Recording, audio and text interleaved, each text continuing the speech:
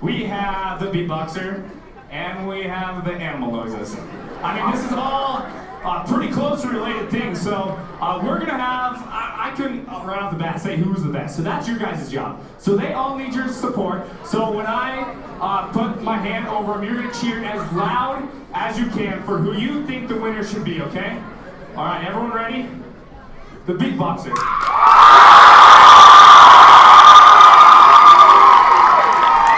I'm just gonna lump the farm animals together, is that okay? Yeah. The farm animals. And the break dancer.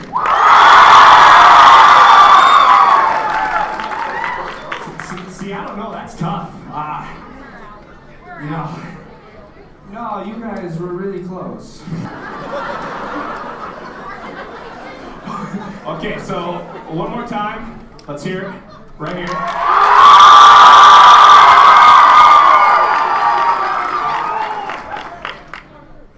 Let's hear it right here. I really think it's just too close to call. So for you guys both being, I'd probably say tied for first place, both you guys get a free AGR t-shirt. So thank you guys very much for competing. And you guys get awesome line. Good job.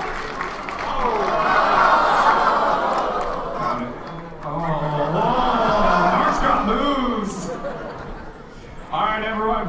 Well, I just got the word that I need to be quiet and get off stage because they say they don't like me anymore. But I'd like to thank everyone for coming to convention, for being here. I really do hope you all have a great time. It's such an amazing time that you can be here in Bozeman. Take a tour, go around campus. I encourage everyone to look and consider if it's something that you look for is coming here. And if not, don't go to Emmett or U of M. So that's all I gotta say. But can we get one more big round of applause for the Alpha Gamma Rho fraternity for sponsoring the main stage and pre-session. Thank you guys.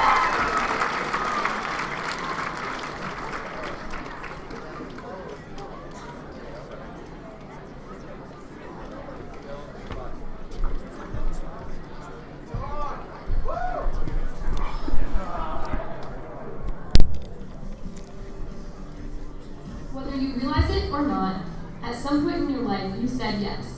And it's the reason you're sitting where you are right now. We've all been given the opportunity to join FFA, and that led to the opportunity to attend state, and for many of you, this convention will lead to attending nationals. One door after another is continually being opened for you.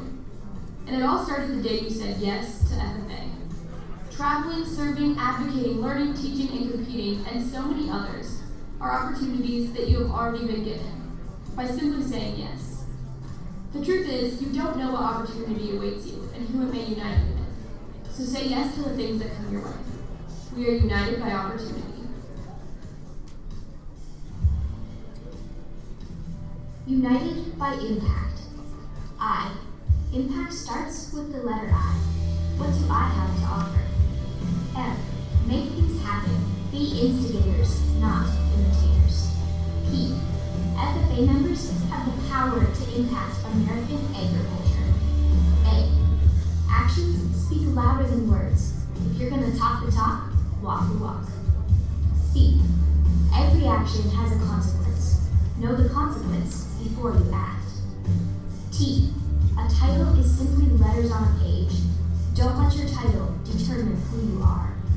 I am PACT, united by impact.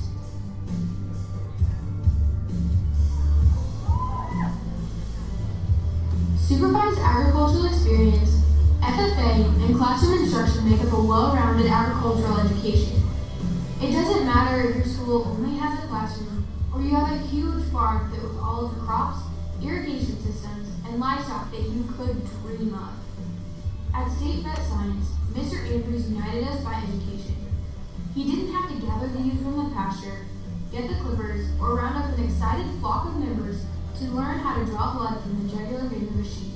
And he didn't have to grab a litter of piglets, give them to the members, gather the proper supplies, to then teach members how to castrate and ear notch the young piglets. But Mr. Andrews did. All of our schools, all of our teachers, and all of our fellow students are united by education.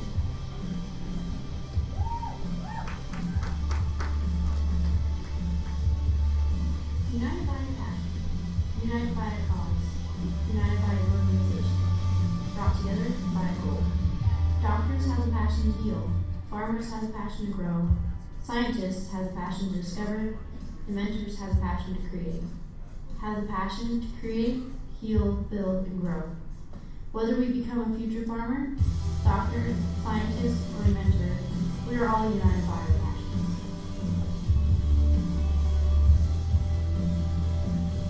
To serve our own and the public interest. Value, benefit, duty, avail are all synonymous of one extremely important word, service. Abby from Corvallis says service means a lot to her because it is important to get involved with her community.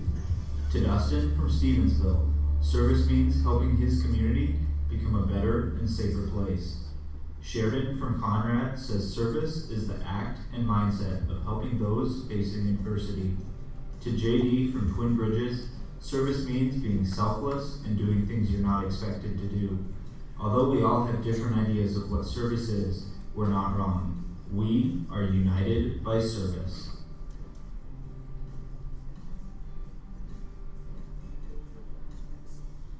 United, joined, together.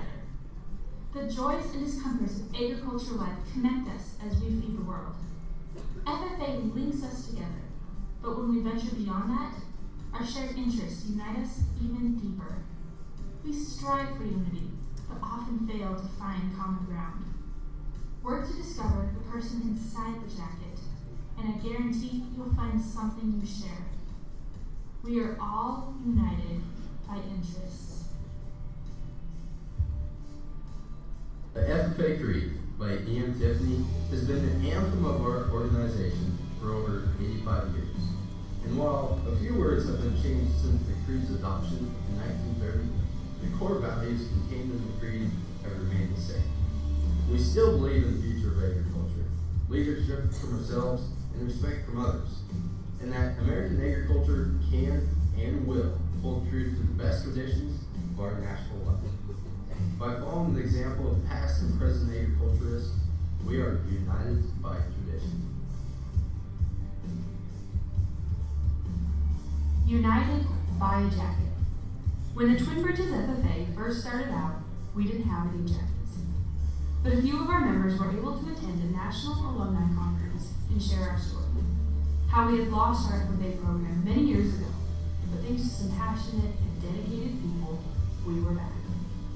Little did these boys know that as they spoke in their white shirts, a hat was being passed around the audience, filling with the money that would later be used to buy our whole chapter FFA jackets.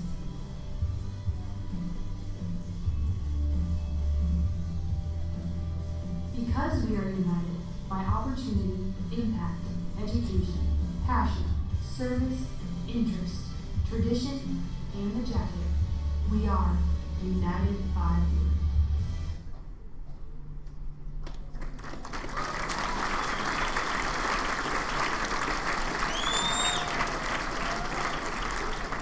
It is my pleasure to welcome all members, advisors, parents, and guests to the 86th Annual Montana FFA State Convention.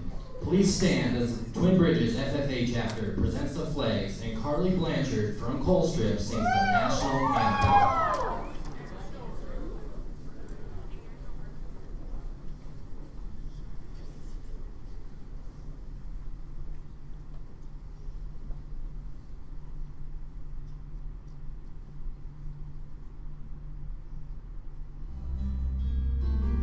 Thank my lucky stars to be living here today. 'Cause the flag still stands for freedom, and they can't take that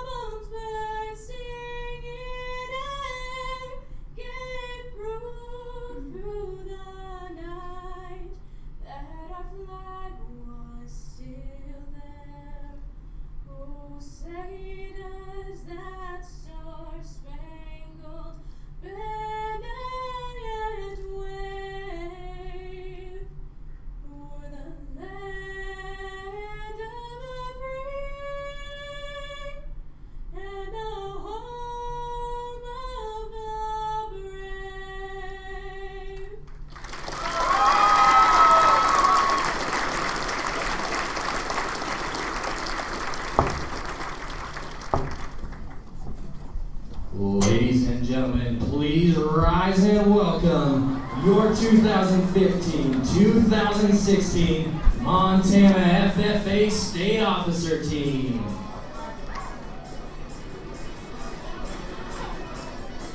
Your parliamentarian from Stevensville, Trevor Motley.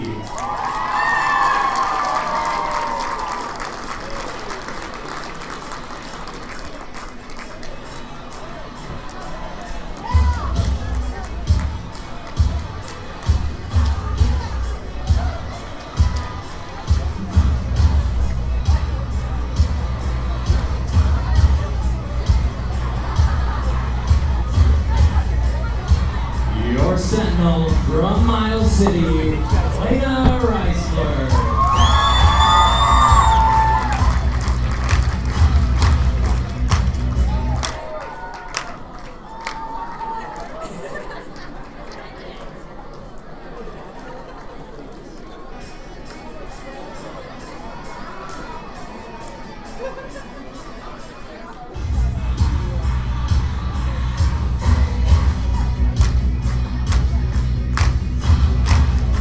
Your reporter from Denton, Sidney Hathaway.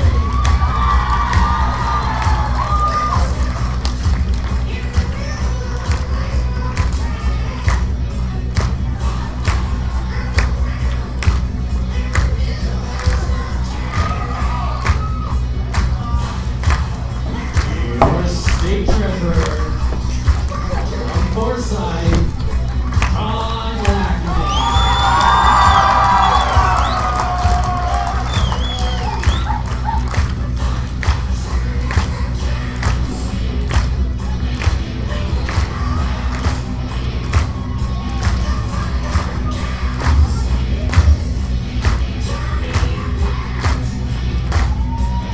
Your state secretary from Ferguson Lewistown chapter, Cody Boyce.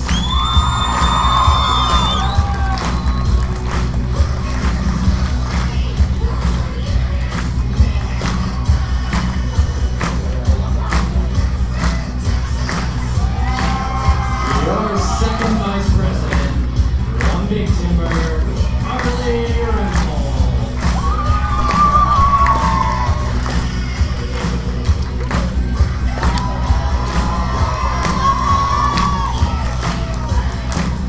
From Miles City, your state first vice president, Megan Ramsey.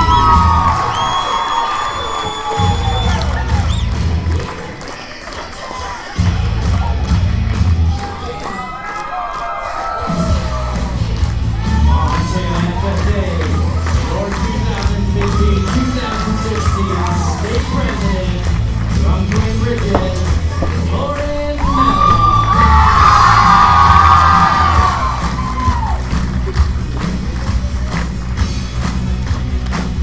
Your state advisor from Bozeman, Mr. Jim Rose.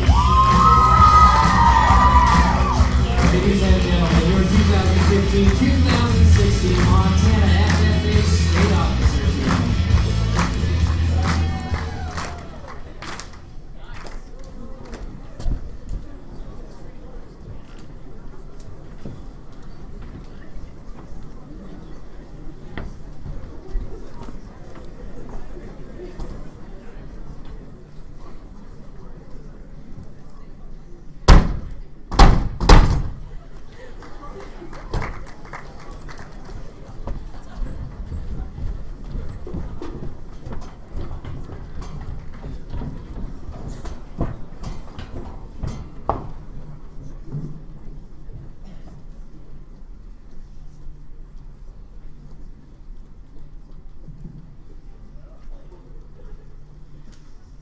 The convention hall will come to order.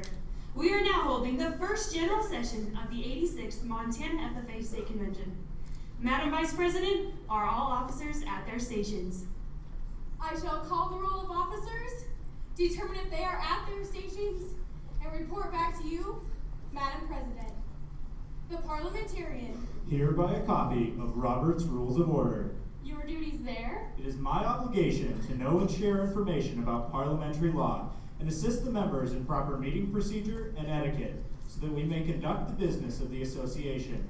I ensure that every member will be heard and that the majority will prevail.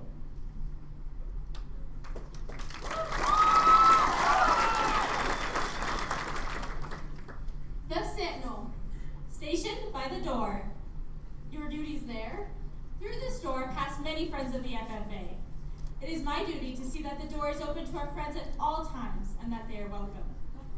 I care for the meeting room and paraphernalia. I strive to keep the room comfortable and assist the president in maintaining order.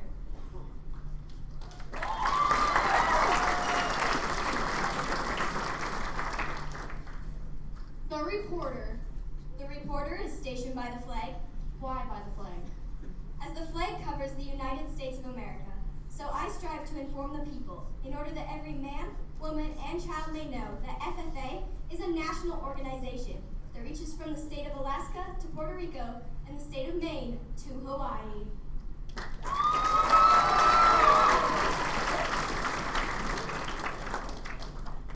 The treasurer. Stationed at the emblem of Washington. Your duties there? I keep a record of receipts and disbursements, just as Washington kept his farm accounts, carefully and accurately.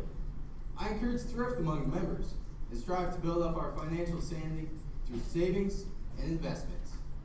George Washington was better able to serve his country because he was financially independent.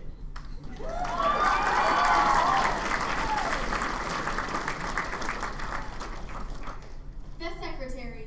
Stationed by the ear of corn. Your duties there? I keep an accurate record of all meetings and correspond with other secretaries wherever corn is grown and FFA members meet.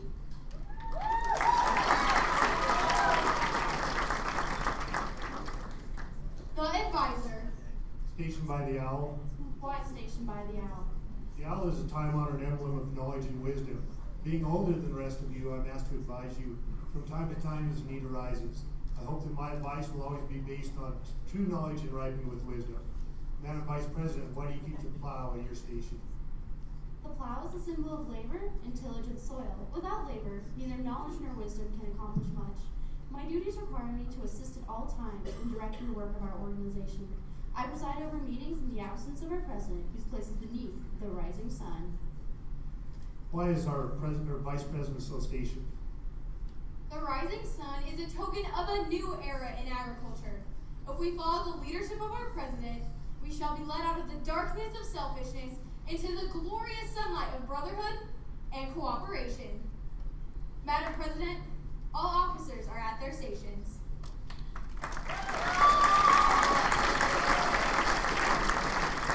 Thank you, Madam Vice President. The Secretary will call the roll of members. I am pleased to announce that at this, the first general session of the 86th Montana FFA State Convention, there are 943 members and guests present, Madam President.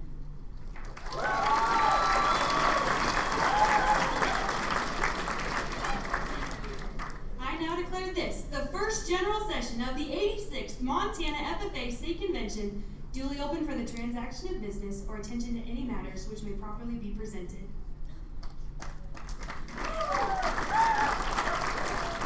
Welcome to the 86th Montana FFA State Convention and the first general session. During this, the first general session, we will continue to unite through our successes. Over this past year, State Convention is a great time to unite with everyone that you meet. This week is all that we've been waiting for. The next 3 days will be filled with contests, workshops, motivational speakers, and so much more. In tonight's session, we will be retiring addresses from your state reporter, Sidney Hathaway, and your state Sentinel, Laina Raisler. There will be greetings from FFA supporters and sponsors, and a very inspirational speech from this year's keynote speaker, Duane Martinz. The night will round out with the announcement of the finalists in prepared public speaking, extemporaneous speaking, creed speaking, and parliamentary procedure. Montana FFA, get excited for your 2016 State Convention.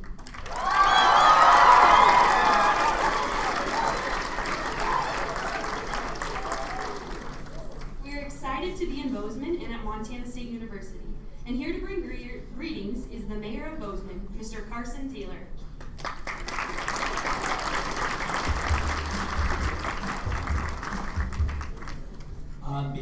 city of Bozeman, Montana. Welcome to all of you that are in attendance, and I can't see one of you with the lights in my eyes, but I know there are hundreds, perhaps thousands of people out there. So thank you very much for coming to Bozeman, Montana for this convention in the Gallatin Valley, which I'm told is one of the great farm areas in the state of Montana and in the United States of America. It's a little ironic that I'm here introducing or welcoming you to the city of Bozeman, because I think I have never lived outside of a city in my entire life. I did have a grandmother that was lived on a farm, and when I was about 4 years old, I went visiting her, and she took me to the chicken coop, the hen house, the sort of pen where the chickens were laying eggs, and thought I'd really love to pick up the eggs. Well, I was not a very big 4-year-old, and those chickens looked really, really big to me, and they really weren't very fond of someone taking the eggs. Apparently, I thought you just go in there and took the eggs, no problem. The experience is vivid in my mind. I ran out of that place as fast as I could, petrified of chickens, and probably right now I'm the only person in this room that's still afraid of chickens. So there's a difference there, but I like the theme of unity, and I think city folk and farm folk have a lot of unity potentially together around a lot of the big issues that face the world today, whether it's conservation of water in the cities and judicial use of water in the farms, or sustainable agriculture or sustainable activity in the cities. And another thing that we face, particularly in Bozeman, is do we want to develop land that's good ag land? And our answer has been no, we don't want to mess with ag land, despite the fact that there are people out there that could make some money off of it. So city folk and farm folk have a lot in common, and I am in awe of the numbers of people that are here and in the unity that you've displayed. So thank you very much and welcome to the city of Bozeman.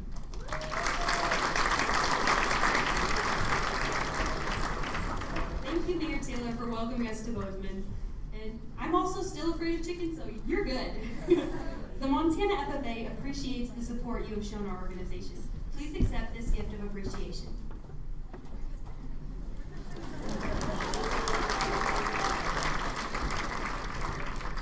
Also joining us this evening is Dr. Patrick Hatfield, the Department Head for Animal and Range Sciences here at Montana State University. Let's give him a warm welcome.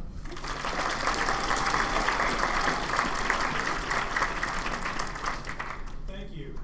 On behalf of Charles Boyer, the Dean of the College of Ag, I would like to welcome you to Montana State University. It's my pleasure to speak to the 86th Montana FFA Convention for a few minutes this evening, because I know that in this audience is the next generation of ag leaders, not only in the state of Montana, but also in the United States. As a graduate of the College of Ag at MSU, I can tell you that MSU was a good college when I went to school here back in the early 80s. But in 2016, it's a great university. MSU is the fastest growing public school in Montana with a total of 15,600 students. The College of Ag, which still continues to serve the land-grant mission of teaching, research, and extension, is the second fastest growing college at MSU, second only to the College of Engineering. And with 8 years of continuing increase in enrollment, our current student population in the College of Ag is 1,403. Although we're proud that Montana is among the top tier research universities in the nation, bringing more than $100 million in competitive grants annually, what we're most proud of is our ranking as the 4th best college in the country for agricultural majors.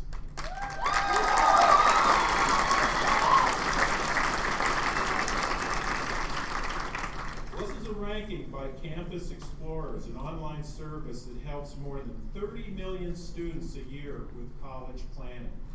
MSU's College of Ag was ranked 4th because of our diverse 6 departments, and I'll tell you a little more about them in just a second.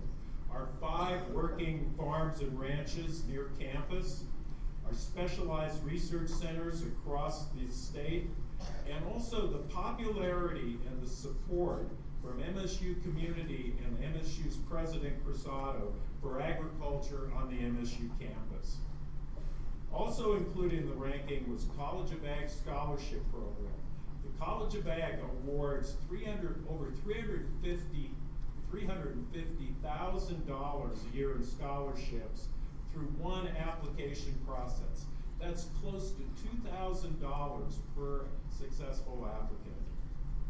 But what probably defines the college's success is our outstanding faculty and staff that are committed to hands-on learning and student success.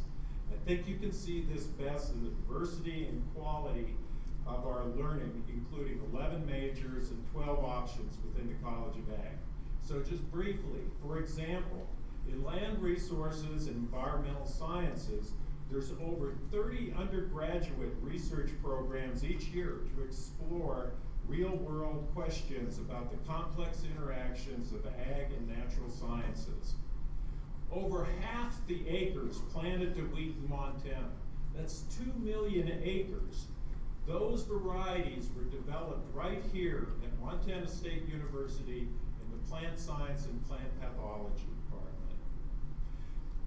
The Department of Microbiology and Immunology, which is in the College of Ag, offers diverse opportunities for students to participate in undergrad research in animal biotechnology, animal and human health, infectious diseases, and also environmental microbiology.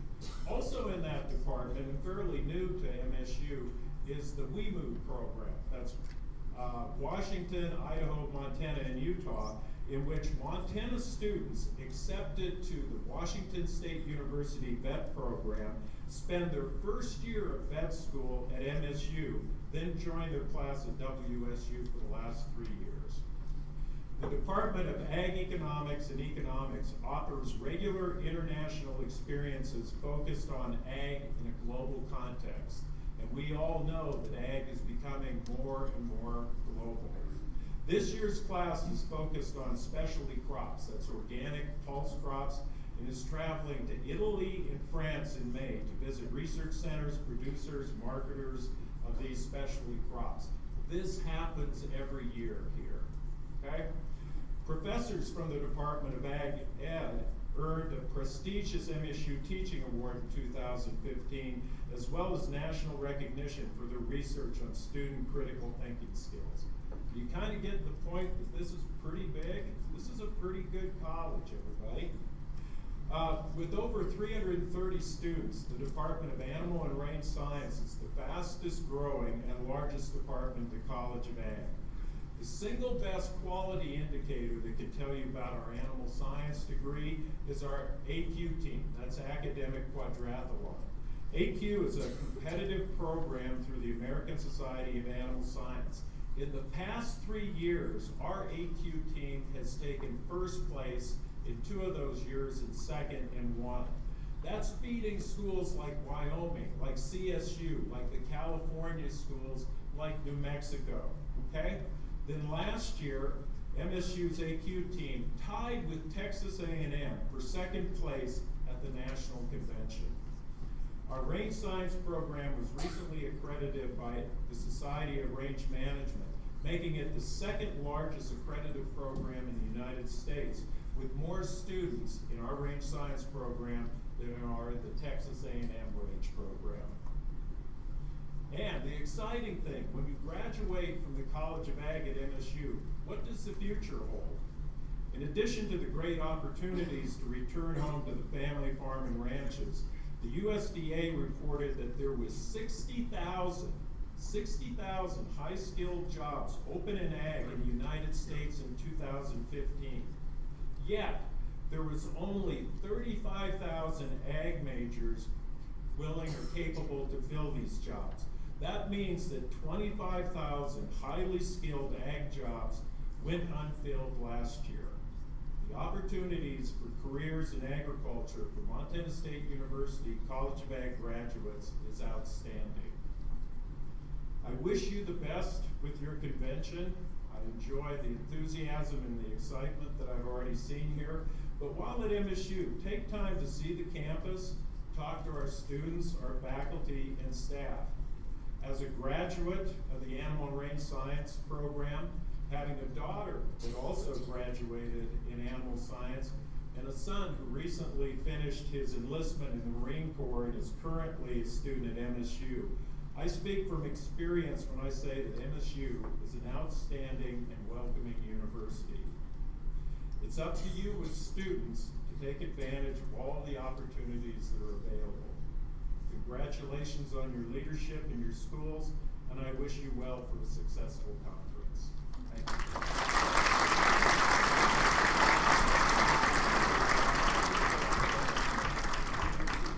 Thank you, Dr. Hatfield, for welcoming us to Montana State and the College of Agriculture. We are extremely honored and excited to introduce to you the sponsor of tonight's session, Tractor and Equipment Company. Please help me welcome Bill Albaugh to speak on behalf of Tractor and Equipment Company.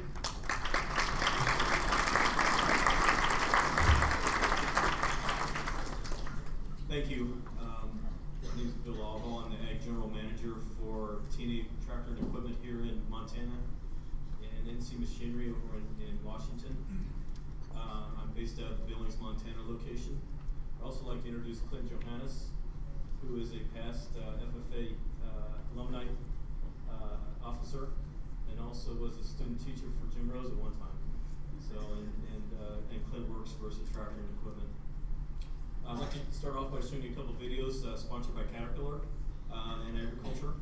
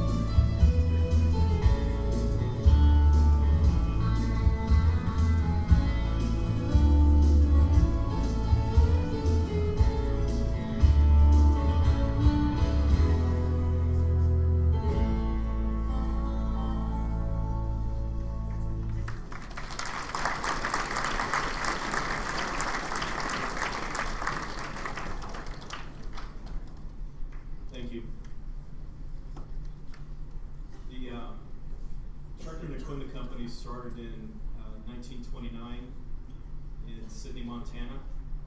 Yeah, how about that? It's all good stuff. So we're about 87 years old. JJ Harnish is our is fourth generation owner. The Harnish Group is based out of Seattle.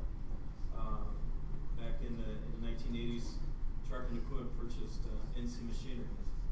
And these are underneath the Harnish Group flag, as you can see, are all the companies that the Harnish Group opened that they own now.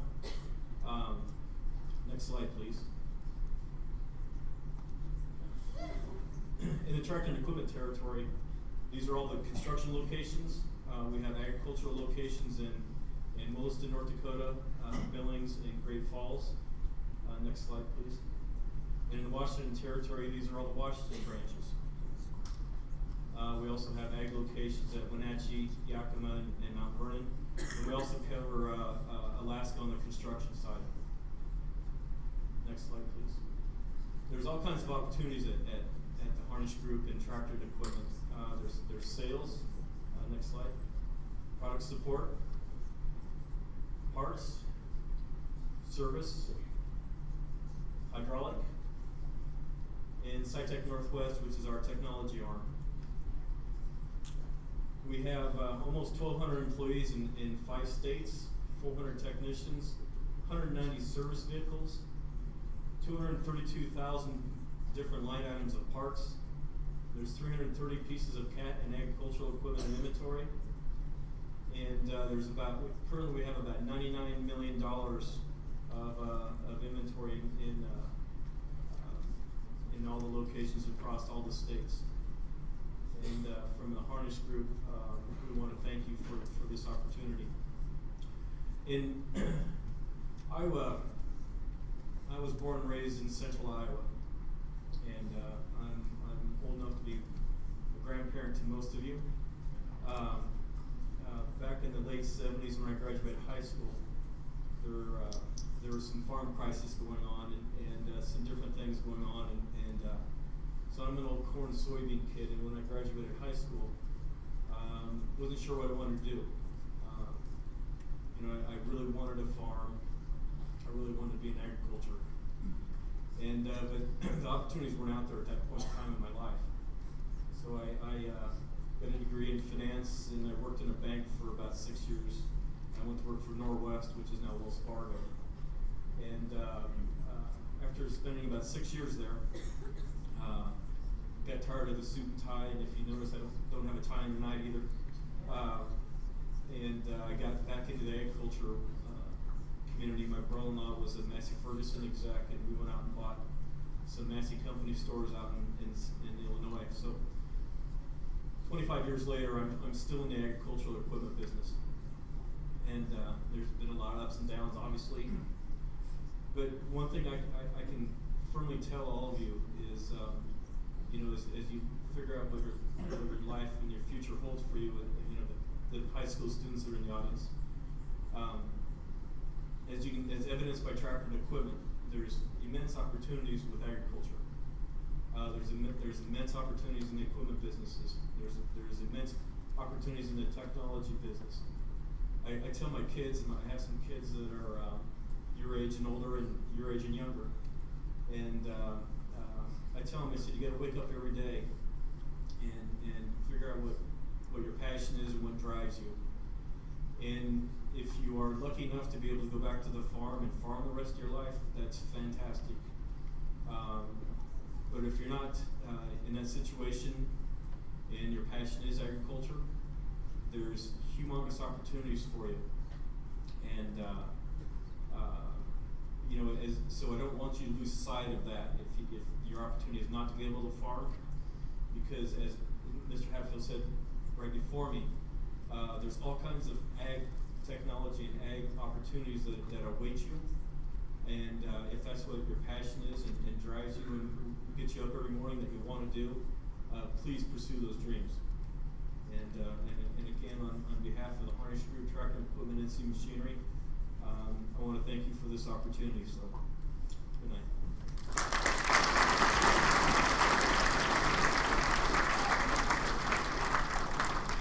Thank you so much, Mr. Albaugh. We are very excited to have Tractor and Equipment Company as part of Montana FFA and our convention. We look forward to working with you for years to come. Thank you for your support. Please accept this gift as a token of our appreciation.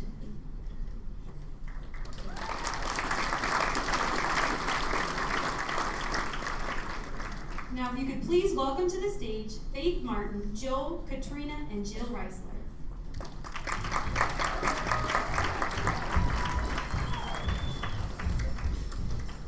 Good evening, everyone. I'm Faith Martin. I'm Joel Raisler. I'm Katrina Raisler. I'm Jill Raisler. And we're all in this together. And we're here to introduce our favorite state officer. Like her love for High School Musical, she has a lot of other passions, including running, puns, 4-H, and of course, FFA. She has traveled to Costa Rica, Cambodia, and New Zealand. And as the oldest of four, she sure acted like it. Like, one time, we were ice skating, and I'm not quite sure what happened, but I was skating next to Laina, and then ended up with 4 stitches in my lip. So. Or like how the time I complained how much I needed a shower, so she proceeded to take the vacuum to my hair. It took a while to get my hair untangled. As the oldest of four, she sure acted like it. Even though her hands are always cold and a little clammy, she still has a way of warming everyone's heart, just like the gooey inside of lava cakes, which she also credits to, she credits getting a state office to lava cakes. Very near and dear to her heart. And I just saw her backstage, and she told me that I'm not allowed to make her cry, so I'll try not to, but she joined FFA as a freshman and immediately became a part of our FFA sales family. And I started out by showing her the ropes, and then in just 2 years, she started getting better scores on the written test than me, better scores on the individual, and then pretty soon she was the best participant on our team. And from there on, I just really started to get the opportunity to look up to her when she once looked up to me. When I heard that she was elected as a state FFA officer, I was in a gas station in Lewistown, and I immediately called her, and I was crying just like a proud mama. Laina and I have shared romantic bus rides back from KMON, and she is still to this day my favorite dance partner. Sorry, guys. And then it might be a little cheesy, but even though her and I are blood siblings like these guys, we still both bleed blue, and she's really started to show me that you may outgrow the jacket, but you will never outgrow the experience. So now to introduce our sister. And my best friend from Team Fierce. Your 2015-2016 State Sentinel, Laina Raisler.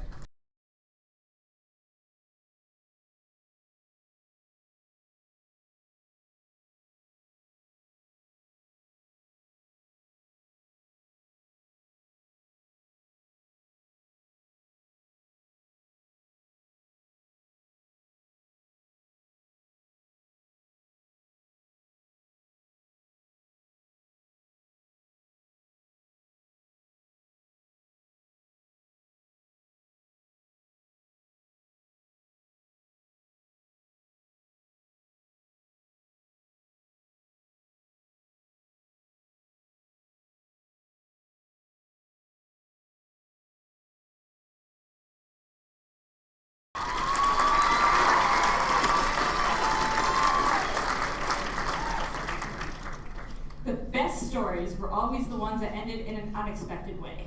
You know, the ones full of plot twists.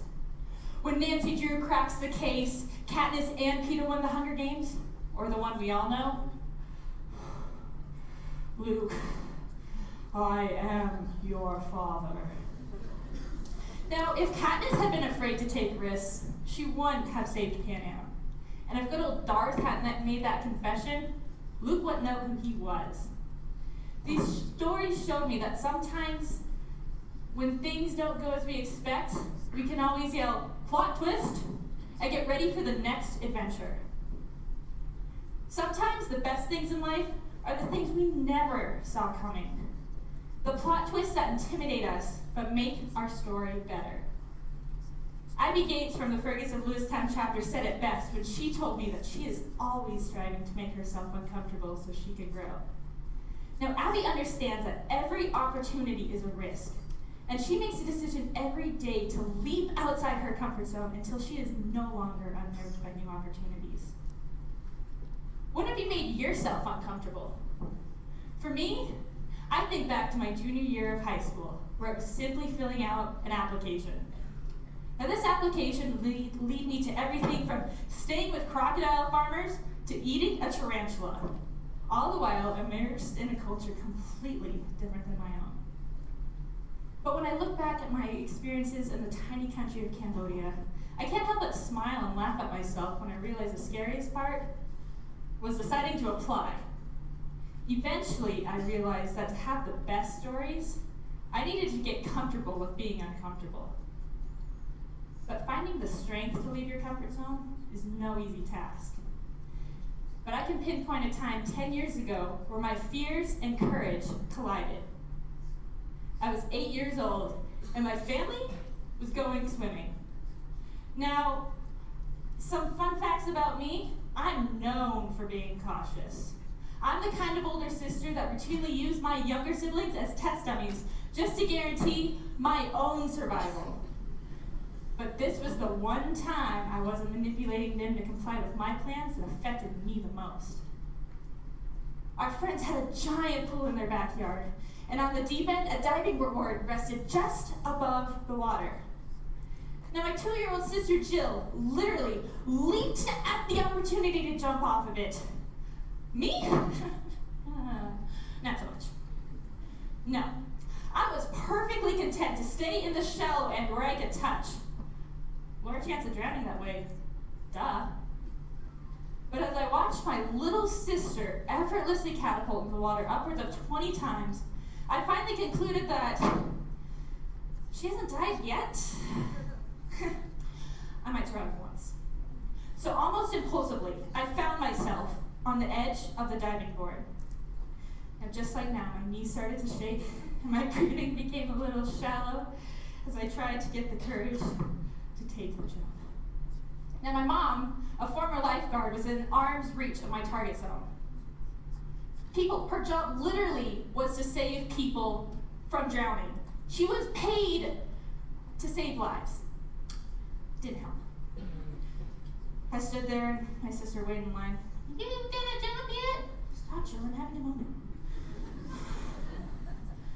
I took a deep breath that I literally thought would be my last. Before taking another deep breath, just to be safe.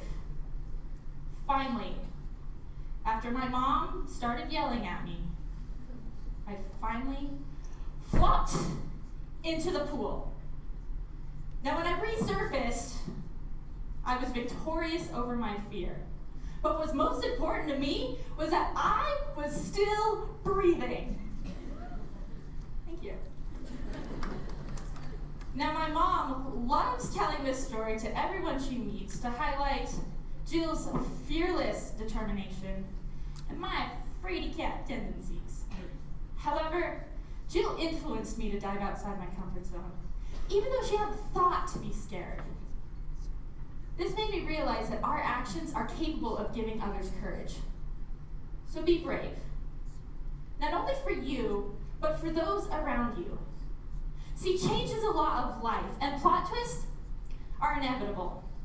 Whether you're still breaking in this jacket or a senior who dreads the constant question of, what are your plans after high school? Your attitude to a situation determines how your story will end. So you decide. Are you going to dive in or stay where you can touch? Now imagine your first day of high school. New building, new teachers, new classmates. Whether it's kindergarten or freshman year, we've all faced this terror. For my friend Marissa, her transition into high school was no different. In Miles City, my chapter would eat lunch in a farm shop, where Marissa resisted any of our attempts to include her. Now, Marissa was happy to avoid conversation of any kind. But after being desperately drafted into one night's concession shifts, she found herself forced to talk to people. Now, for quiet Marissa, this was no easy task. But as the shift wore on, Marissa found herself more comfortable talking to strangers. Gradually, Marissa was influenced to get involved in FFA, and it was here that she realized that her plot twist brought her to a better story, where she was the author. Now, Marissa is one of the most interesting people I know. She spent her childhood in Afghanistan, where her family served as missionaries. She's an incredibly talented lyrical dancer and can make anything, like anything, out of yarn. But I won't be able to tell you her story tonight if she hadn't started talking to strangers. You see, Marissa's taught me that we can gain so much by stepping outside our comfort zone and talking to others. Getting to travel the state this year, I've met so many members who have embraced their plot twists and taken risks. And because of it, seriously have the best stories. I think of Jake Michaels from Shepherd, whose amazement for wind turbines, plumbing expertise, and dedication to his younger brothers make him interesting. Or Hannah King from Shoto, who took gorgeous senior pictures in a grocery store, carries a chicken purse, and spreads self-confidence through her music. Or Kara White from Clarksford, who has seen more places in this world than most of us ever will. We should never be afraid to jump in feet first and embrace our plot twists. Now, it doesn't matter if you were raised on a ranch 30, 40, 50 miles from your school, or have never lived more than 60 feet from a sidewalk. It doesn't matter if you prefer crops or livestock, how many belt buckles you've won, or if you have trouble spelling parliamentarian. It doesn't matter if you plow, dance, weld, sing, yodel, or just nap. You are interesting. So take a risk, for crying out loud. Your plot twists have brought you this far. Now it's time to write your next chapter.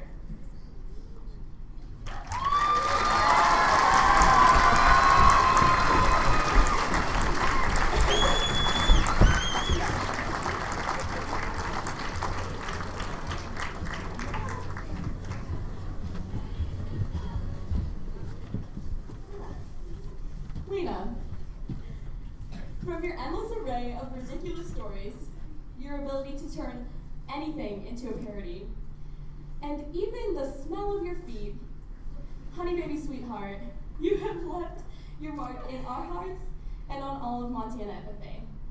This year, you have jumped without fear into every situation we faced, and we are infinitely grateful for you, your strength, your humor, and your selflessness in everything you do. Thank you for uniting us all this year. Love always, Carly, Todd, Megan, Sidney, Lauren, Trevor, and Cody. I'm proud to present you with your retiring officer plaque. Montana FFA, your 2015-2016 State Sentinel, Laina Raisler.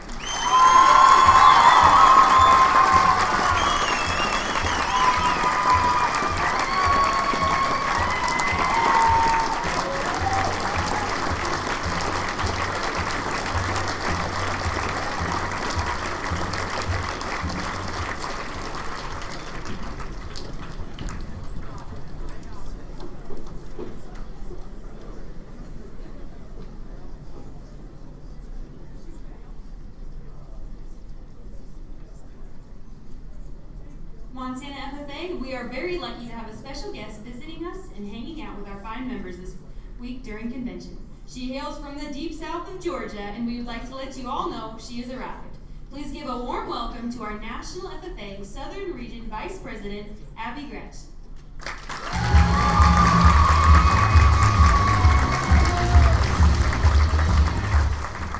How are y'all doing tonight? Okay, that was a little weak. How are y'all doing tonight?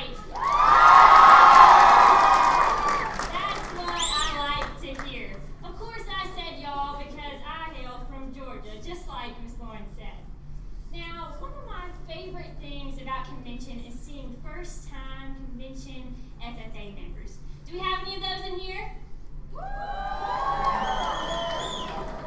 I've heard and seen quite a few, and when I think about first time at FFA convention, I think of first times in this blue jacket, since we are united by blue.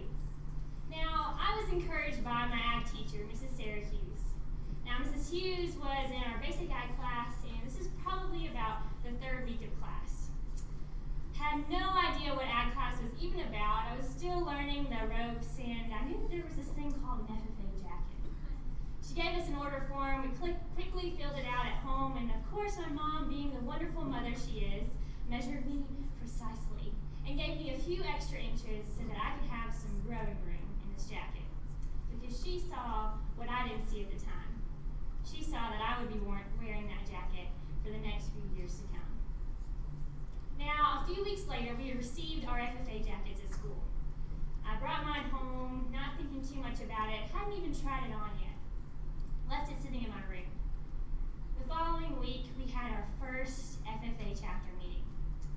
Well, of course, Ms. Hughes made sure that we had everything, every part of official dress, from our collared shirts, scarves, skirts, pantyhose, and even heels. Now, being a freshman FFA member, I had never worn heels. So, of course, my sister Jaden and I decided to try on some of my mother's black heels. Walking down the stairs into our living room, we slipped on the heels and sat there and knew that they were about to be unleashed. It was basically like two giraffes strapping on roller skates walking in the living room. Going crazy! We couldn't exactly walk across the living room, but at that same moment, my sister and I decided that we didn't care how ridiculous we looked. All we had to do was just laugh at ourselves. That was the first time that I slipped on that jacket, wearing those brand new heels. Maybe this isn't our first time in the jacket. Maybe it's our last. No matter how many times we've worn this jacket, we always have to remember that a new convention brings new opportunities. Whether it's literally or figuratively zipping up the jacket, make sure that we're trying on new things. This week at convention, we have a lot of opportunities, and on behalf of the National FFA organization, it's a pleasure to be here, and I can't wait to meet with you all the rest of this weekend. Thank you so much for having me.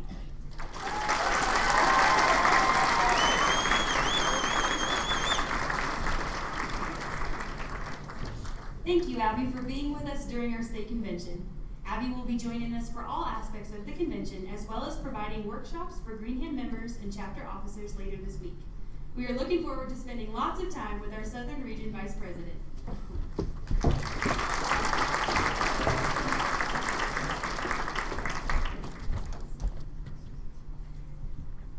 At this time, we would like to bring Mr. Masser from the Joliet FFA chapter to the stage to share a few brief comments. I think most of you probably know why I'm up here. I started the challenge here a couple years ago in this very room that we follow the code of ethics and we be on our best behaviors while we're here in Bozeman for the state convention. While we're in the sessions, we're not having side conversations. We've got our cell phones put away, and I will provide an award for the most respectful chapter again this year. So advisors, I will take the nominations when you see a chapter that's doing something good, that's not loitering in the hallways, that's being respectful of everywhere, helping pick up, and just doing an all-out good job. Let me know, and we will select an outstanding, respectful chapter again this year at the final session. Okay, so caps off when you're on OD, hold the doors open for the ladies, and just say please and thank you, and let them know that we are very respectful. Thank you.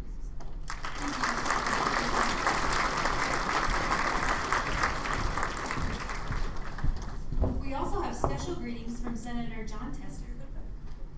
He writes, "Before I jump back on the tractor and continue spring planting on the farm, I would like to provide you with a quick update on the conversations I had with Montanans last week during my travels across the state. In Bozeman, I hosted another veterans listening session to discuss my bill to improve veterans' health care and the Improving Veterans Access to Care in the Community Act.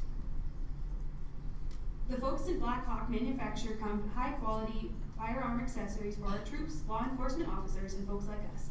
They are another example of a successful made in Montana business, and once again prove that there is no better place in the nation to start a business than the Treasure State. Finally, I wrapped up my week on the road in Missoula, where I spoke to Montana students about the vacant U.S. Supreme Court seat and the nomination of Judge Merrick Garland. These folks are refusing to uphold their oath to the Constitution and refusing to even do their job, and Montana students agree. It's time they do their job. Judge Garland deserves a hearing, the American people deserve a debate, and it's time for Congress to do their job. As always, it's great to be back and talking to folks in Montana. I will be in touch again soon.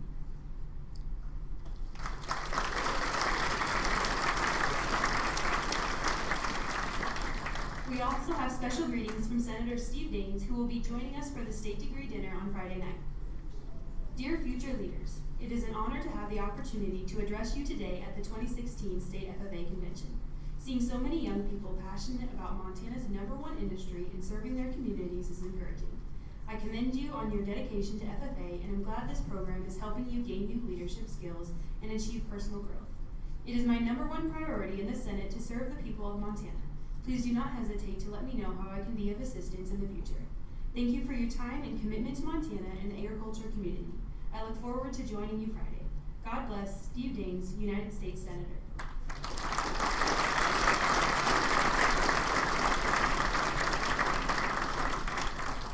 Thank you to Senator Daines and Senator Tester for their continued and tremendous support of Montana FFA and its members. We would now like to recognize the CDE winners in the state contests that have taken place previous to convention. Please turn your attention to the big screens as we recognize the winners of these events. As your name is read, please stand to be recognized with a power clap. Certificates for these events can be found in your exit packets. Please help me welcome your State Secretary, Cody Boyce.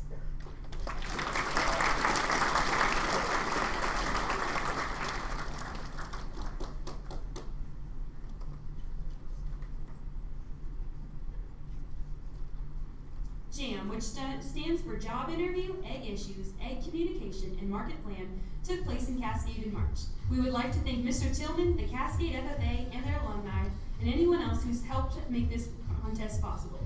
The JAM contest was sponsored by Farmers Union Insurance.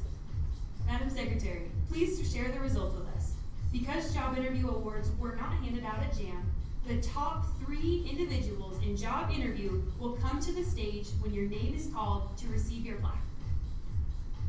The top 10 individuals in the job interview CDE are: in 10th place from Cascade, Merle Enfinger; 9th place from Conrad, Sheridan Johnson; 8th place from Missoula, Grant Canyon; 7th place from Shoto, Ben Rader; 6th place from Joliet, Danny Nardinger; 5th place from Missoula, Shelby Morris; 4th place from Fergus, Cody Myrie; 3rd place from third place from Missoula, Mariah Milhouse; 2nd place from Belgrade, Ashley Koenig; and your first place individual who will represent Montana at National Convention this fall in the job interview CDE from the Belgrade chapter, Albert Koenig.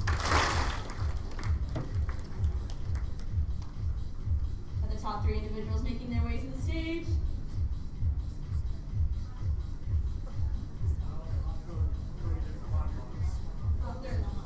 They're not box, our box. Okay, we're gonna go on. The following CDE winners have already received their plaques.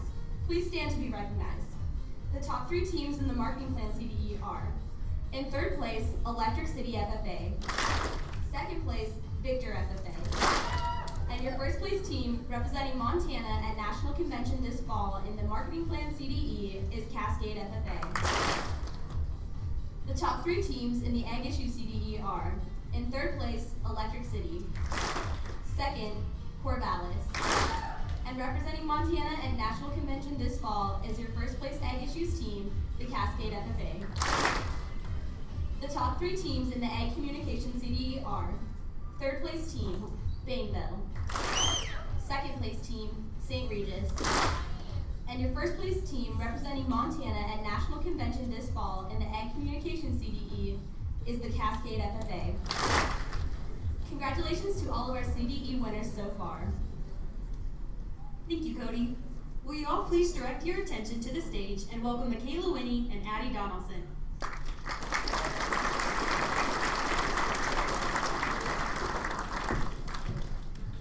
Hi everyone, I'm Addie Donaldson, and I'm so thankful to have had the great opportunity to get to know a really special young lady who happens to be your next speaker.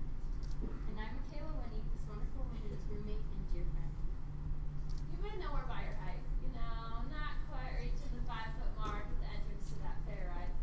Something you may not know about her is that she's been pretty brave her whole life.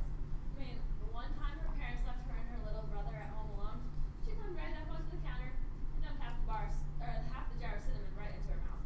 And let's say it wasn't a great experience. Even now, she's always willing to try something new. I'll just let you ask her about that. But most of all, I think you'll know her by her sweet, sensitive personality, and for her love for others through Christ. She's always sensitive to others and can connect with them more than anyone I know. And let's just say she isn't afraid to be herself and is happy to laugh even when things go crazy. She's crazy, spontaneous, and loves to have fun, whether it's through singing and dancing or running down the dormitory hallways, pushing me in a cardboard box.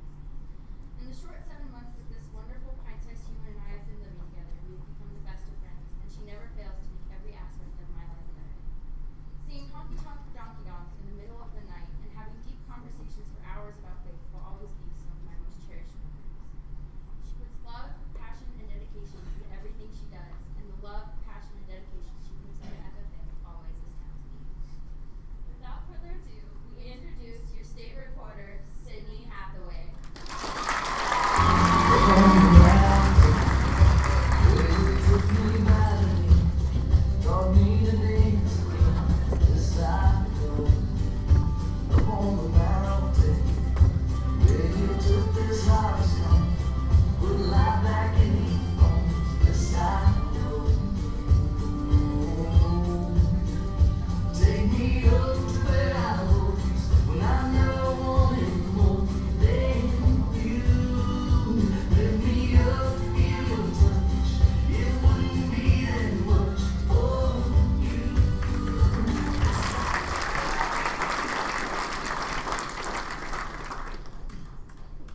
Time. It's the power that limits and extends, begins, but fears no end.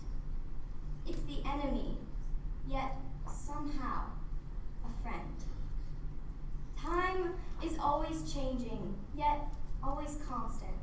The clock marking a second, tick-tock, tick-tock. We wrestle with its consistency, always wanting another minute in the distance from point A to point B. But it warps the path between the two, taking us somewhere our shoes would not normally tread.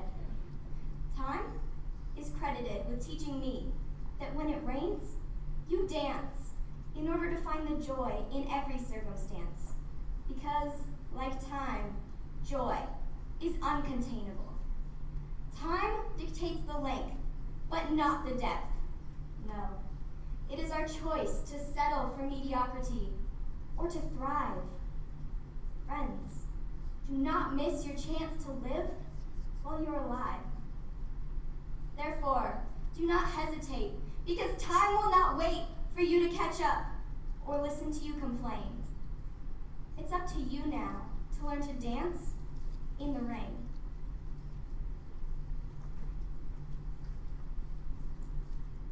Every day, we wake up with a choice. It may seem like our day is planned out, which is probably true. Sometimes it's not so much what we spend our time on, but instead, how we spend our time. I remember waking up one morning last May to my mother saying, "Hey, wake up, pack your bags. We decided we're going to the Grand Canyon today." We are? Something you should know about my family. We do not take road trips. Have any of you seen that movie, The Croods? Well, Father Caveman's philosophy is to stay in the cave. Sometimes this is how I felt when it came to my family leaving the ranch. So imagine my utter bewilderment when my mother barged into my room and announced that we would be departing for the Grand Canyon that morning. Sure enough, a few hours later, my family was packed into the Yukon and heading down the road. Right from the beginning, however, the weather was not on our side, as it rained almost the entire way. By the time we got to Arizona, we were in a blizzard. Okay, stop right there. Just how often does it snow in Arizona in the end of May? I looked it up. Literally once in a decade. Well, we were that once. Anyways, after the rain and snow, we had finally made it to the point where we could see the gate of the Grand Canyon, behind a huge line of cars that was not moving. Oh yeah, did I mention that fog was quickly consuming the landscape that we had just drove this entire way to see? Over an hour later, we had finally made it through the gate of the Grand Canyon to see the beautiful Grand Canyon. Or at least, I assume it was beautiful. I don't really know because all I could see was fog. Undeterred, my family jumped out of the Yukon in order to see if we could catch a glimpse. And that's when it started pouring rain again. I had a choice to make. I could complain about my unfortunate circumstance, or I could try to make the best out of where I was at. So, it was there, standing in the rain and fog 1,000 miles away from home, that I started laughing at the irony of this entire situation. A wise man once said, "Sometimes your joy is the source of your smile, but sometimes your smile is the source of your joy." I realized that oftentimes the journey we take is more important than the destination we may or may not arrive at. What does the Grand Canyon look like? I may never find out.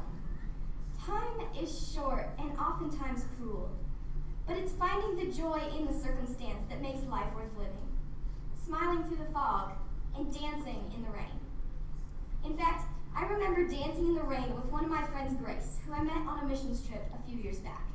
The group was in San Jose, Costa Rica, in a downtown park performing a skit when it started raining.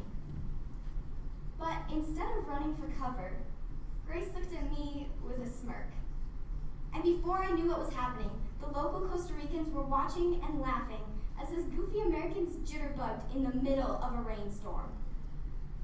I will never forget how much fun we had, thanks to Grace not running for cover, but instead making the most out of a rainy day. You see, Grace was that person who could walk into any situation with a smile on her face and put a smile on yours too. Although she wasn't an FFA, her life had living to serve written all over it. Whether working with orphans in a third world country, volunteering in a soup kitchen, or just being the person to take a little extra time out of her day to listen and give advice. One day last summer, Grace went on a bike ride, just like every morning. Same highway, same routine, just a normal, sunny summer day. But her bike ride was cut short. A driver was texting and didn't see Grace until it was too late. In the blink of an eye, an ordinary morning turned into her last morning. Grace had a very short life, but in the time she was with us, her life made a difference. How many times have we stood by and watched our opportunities drift away? Maybe thinking that another will come along, or perhaps turn up our nose and think we are too good for what just came our way. What would it take for you to look back on your life someday and be satisfied with how you lived? My grandmother once told me, God has given you this day to use as you will. You can waste it or use it for good. What you do today is very important because you are exchanging a day of your life for it. When tomorrow comes, this day will be gone forever, leaving something in its place that you have traded for it. Do not regret the price you paid for today. Part of what's next is credited to Kurt Schroeder. I'm learning to be grateful for each moment. But I'm well aware that this today will soon join the history class full of yesterdays. So friends, before it does, allow me to share something with you. Time. It can fly and promises to heal all of our wounds. We try to make it, save it, kill it, and there is never enough of it. Time is what stops everything from happening all at once, making sense of past through to present into future. It's later and it's sooner. Time is what measures the duration, pain, and joy, and everything in between. It has been the endless fascination of every creed and nation throughout all of time. It seems to vary from place to place. But personally, I have yet to face a space where time does not interlace itself into everything. And the mysterious thing is that time is completely personal, yet entirely public. Each second ascribed solely to you, but that self-same second is for the rest of us too. So it doesn't matter who you are or what you pursue, time does not discriminate, so do not misconstrue. We all face life at 60 minutes an hour. Live in the present. It's now or never. So next time your egg teacher asks you to be on the team, you get the chance to visit your grandmother. Something goes wrong, or maybe like Laina, the chance to go to Cambodia. How will you respond? In any situation, time is limited, so find the joy in it. Montana FFA, tomorrow is not promised, but today is here, so live like there's no tomorrow.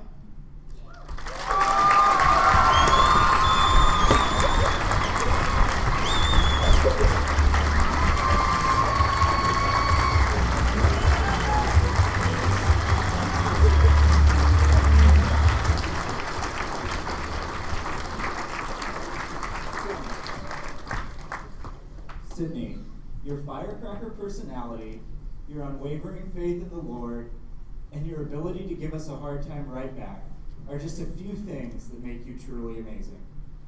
This year, we've gotten to know you pretty well, and I can't say that I'd give up any of our time together. We are truly blessed to have you on this team. Love, Carly, Megan, Cody, Todd, Laina, Lauren, and Trevor. Montana FFA, I present to you your 2015-2016 State Reporter, Sidney Hathaway.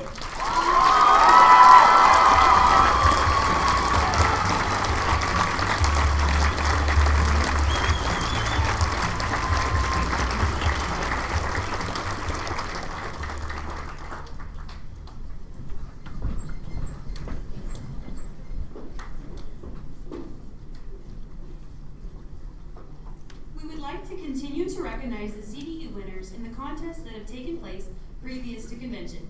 Please turn your attention again to the big screens as we recognize the winners of these CDE events. As your name is read, please stand to be recognized with the power clap. This November, FFA members traveled to Glendive to compete in food science and floriculture. A huge thank you to Mr. Center and the Ritchie FFA chapter, as well as the rest of the Big Money District, for ensuring the success of these events. The top 10 individuals in the floriculture CDE. In 10th place from Missoula, Sarah Lynn Stanley. In 9th place from Park City, Taya Wright. In 8th place from the Fergus of Lewistown, Ethan Banks. In 7th place from Missoula, Brianna Ballinger. In 6th place from Conrad, Sheridan Johnson. In 5th place from Belgrade, Emma Lawyer. In 4th place from Belgrade, Albert Koenig. And in 3rd place from Park City, Heidi Froelich. In 2nd place from Joliet, Casey Bertolino. And representing Montana at National Convention this fall, your first place individual in the Floriculture CDE from the Hinsdale FFA chapter, Michaela Johnson. The top 3 teams in Floriculture CDE are, in third place, the Missoula FFA, in second, the Park City FFA, and your first place team representing Montana at National Convention this fall in the Floriculture CDE is the Belgrade FFA chapter.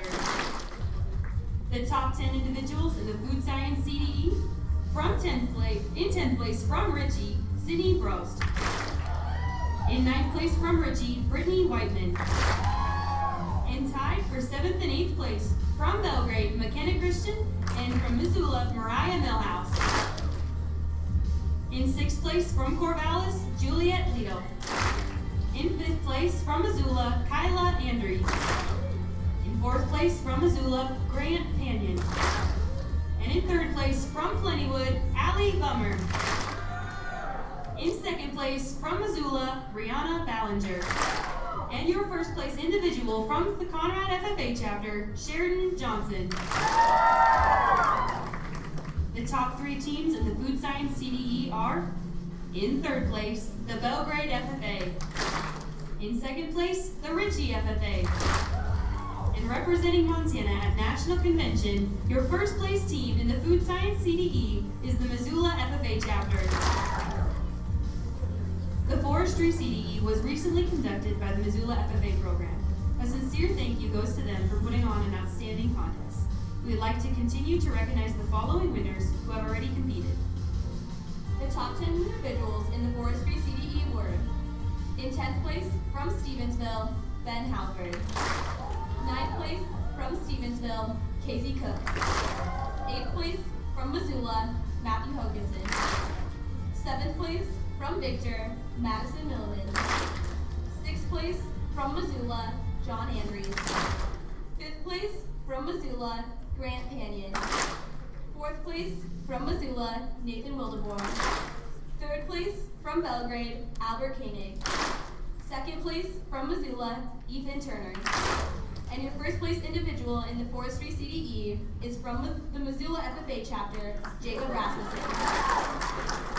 The top 3 teams in the Forestry CDE are, in 3rd place, the Flathead FFA. 2nd place, the Belgrade FFA. And your first place team who will represent Montana at National Convention this fall is the Missoula FFA. The Montana Envirothon is held each spring in Lewistown. We utilize this contest to determine our environmental and natural resources CDE winner.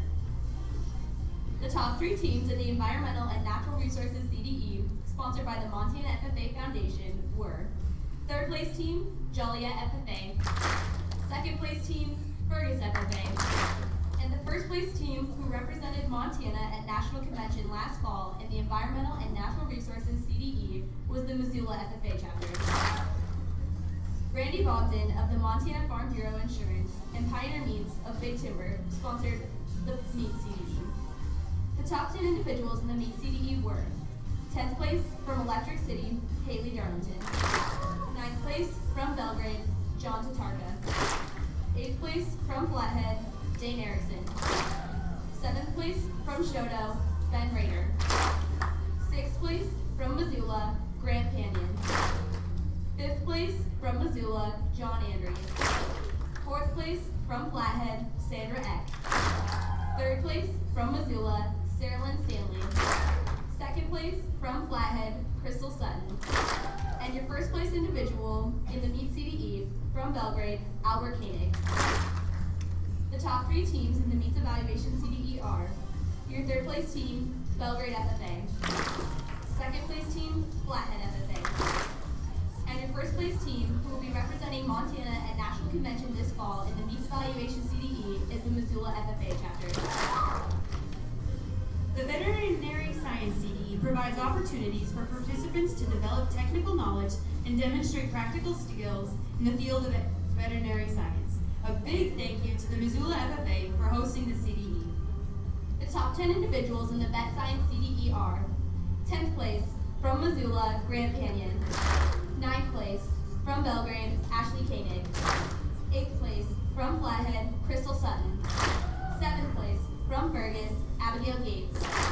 6th place, from Missoula, Lauren McCaffrey. 5th place, from Flathead, Cassidy Wiley. 4th place, from Missoula, Kayla Morin. 3rd place, from Missoula, Natalie Arnott. 2nd place, from Belgrade, Albert Koenig. And your 1st place individual in the Vet Science CDE from the Missoula FFA chapter is John Andrews. The top 3 teams in the Vet Science CDE are, in 3rd place, Belgrade FFA. 2nd place, Fergus FFA. And your 1st place team with the opportunity to represent Montana at National Convention this fall in the Vet Science CDE is the Missoula FFA. Congratulations to all of the state winners so far, and good luck at National Convention. He is a lifelong student of excellence, encourages others to actively participate in their own self-development in order to reach their goals. He is a devoted husband and father of 2 sons, and enjoys living a simple yet abundant life in small-town USA. There is a definite process for keeping yourself inspired to handle difficulties that come your way. Once you learn the process, you will have doors open for you that you never knew even existed. The tools you will receive will empower you to become more resilient, have better relationships, less stress, and you will have success in the long run. If you are ready to receive this process, please welcome Duane Martinz.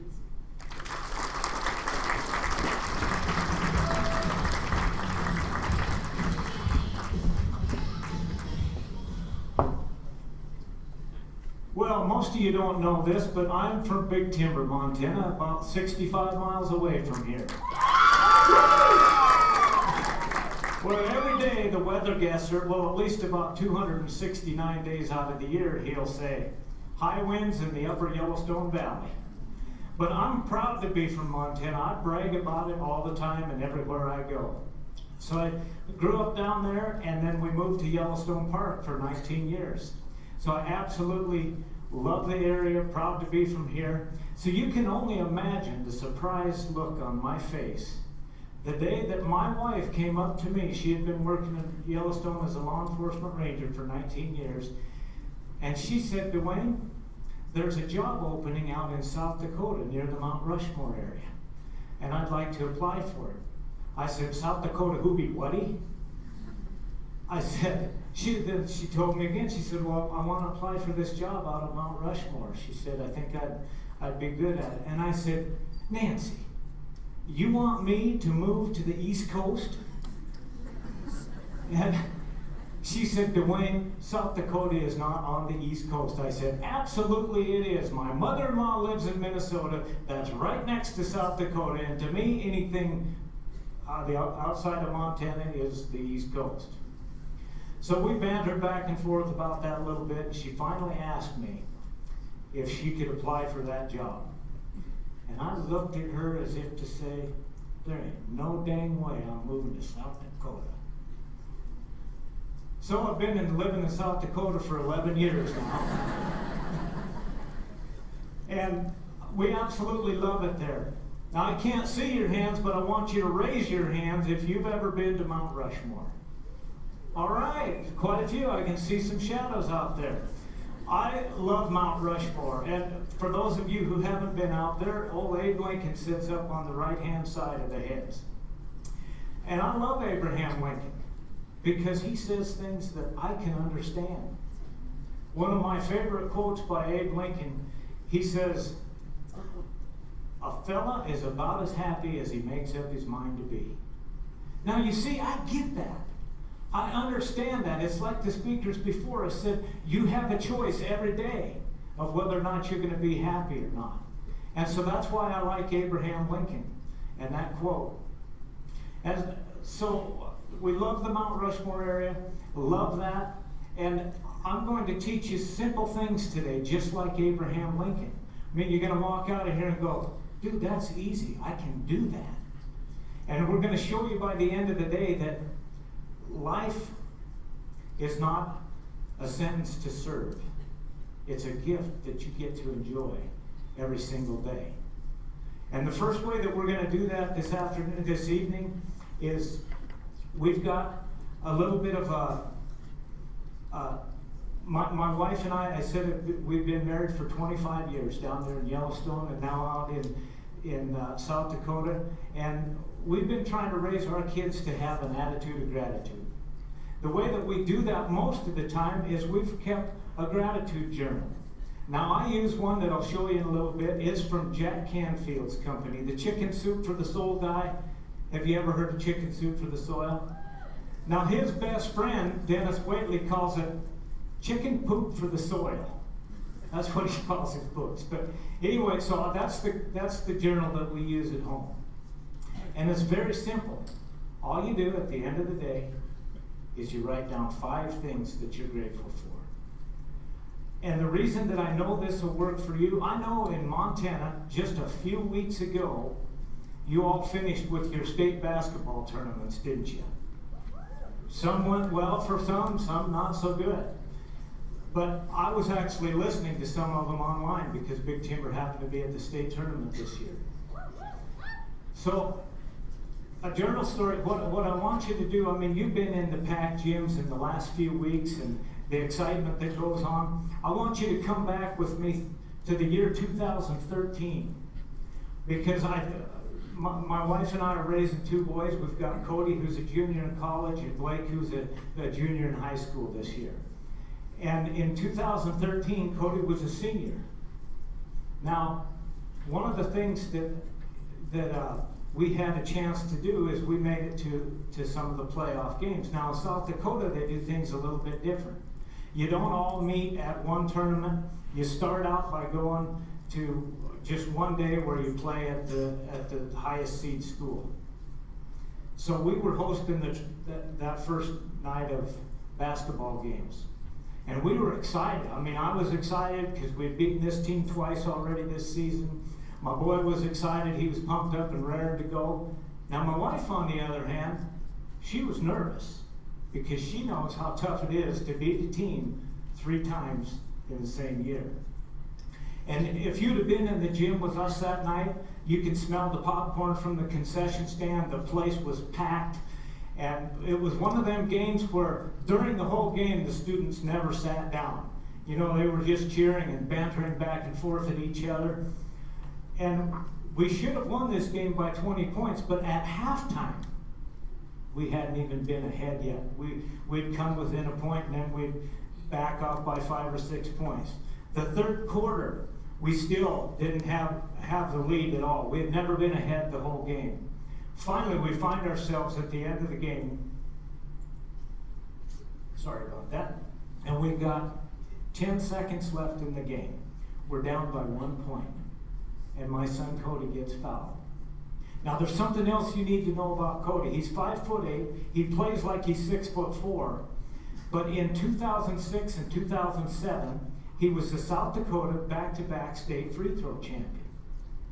And as a junior in high school, he broke a 25-year school record, and he shot 89% free throws.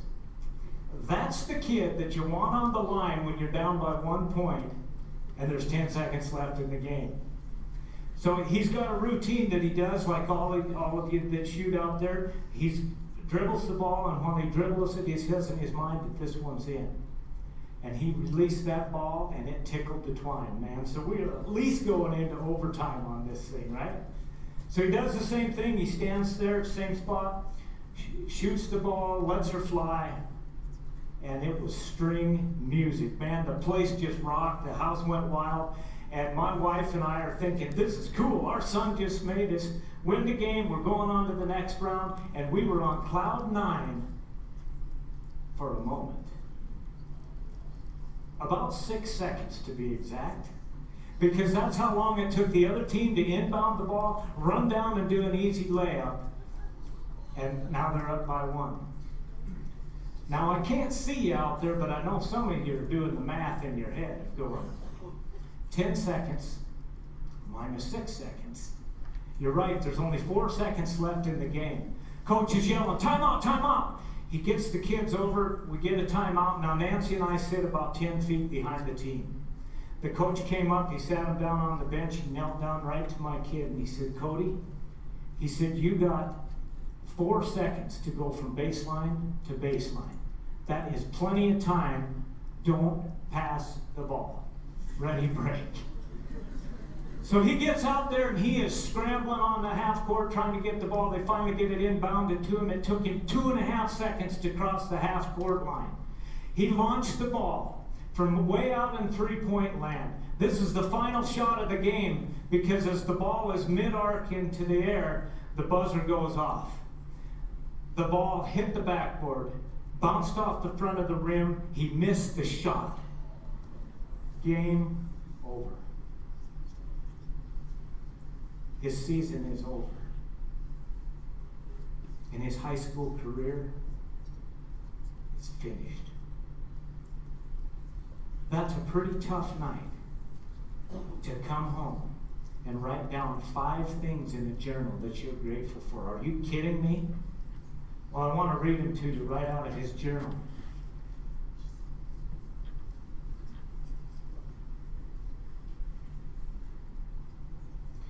First thing he put was, I had a great season this season. The second line, he said, had a great game tonight, scored 20 points. 3, he said, thank you for my wonderful friends here to support me. Because you've all been there. There were tears all over the gym, the parents crying, kids crying. 4th line, he says, thanks for my awesome family here to support me. And number 5 is I get the chance to play at the next level because he had signed a scholarship to play at Jamestown University that next fall.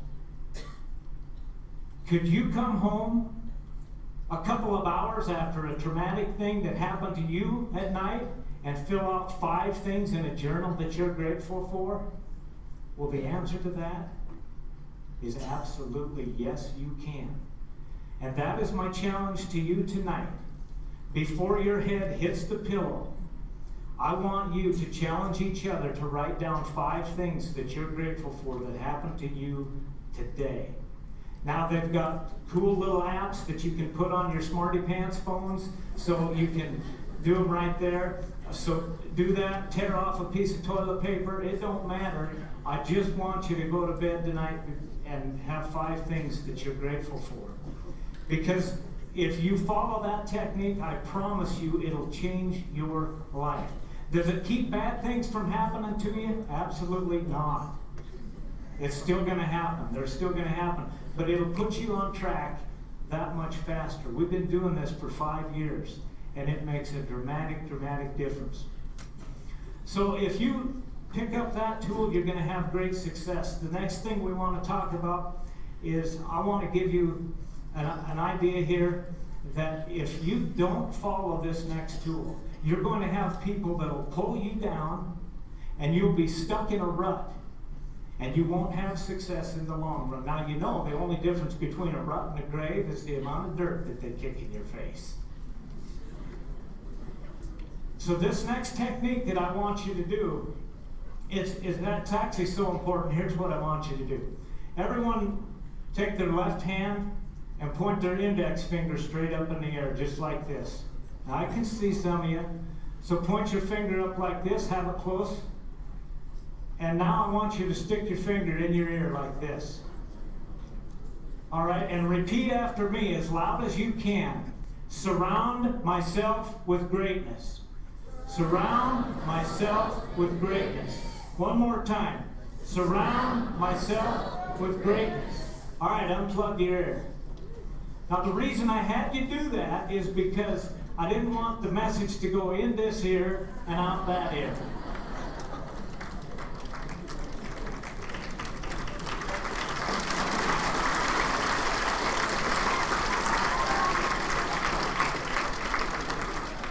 So that message is stuck in there. It's going to rattle around for the rest of your life, and you're going to remember this night that you need to surround yourself with greatness and surround yourself with the good books and the good people. And you've heard your whole life, adults as well, that you need to hang around with the right crowd.